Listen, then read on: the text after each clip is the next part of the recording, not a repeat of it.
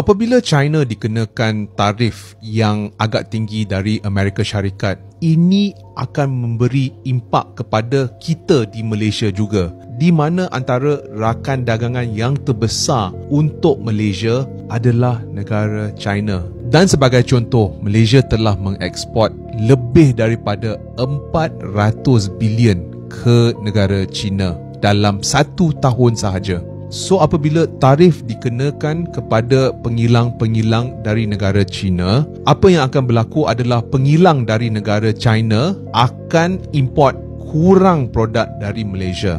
Dan apabila syarikat-syarikat di Malaysia dapat kurang sales, apa yang akan terjadi adalah keuntungan mereka akan merudum. Dan apabila keuntungan mereka merudum, ini akan mengakibatkan lebih banyak syarikat untuk mengikat perut atau mengurangkan kos. Dan apabila mereka mengurangkan kos, ini boleh membawa impak yang agak besar, especially ke atas pekerja-pekerja, di mana nombor 1, mungkin bonus akan terjejas, nombor 2, mungkin gaji akan terjejas, atau nombor 3, ada yang akan kehilangan pekerjaan. Tetapi apa pendapat kamu?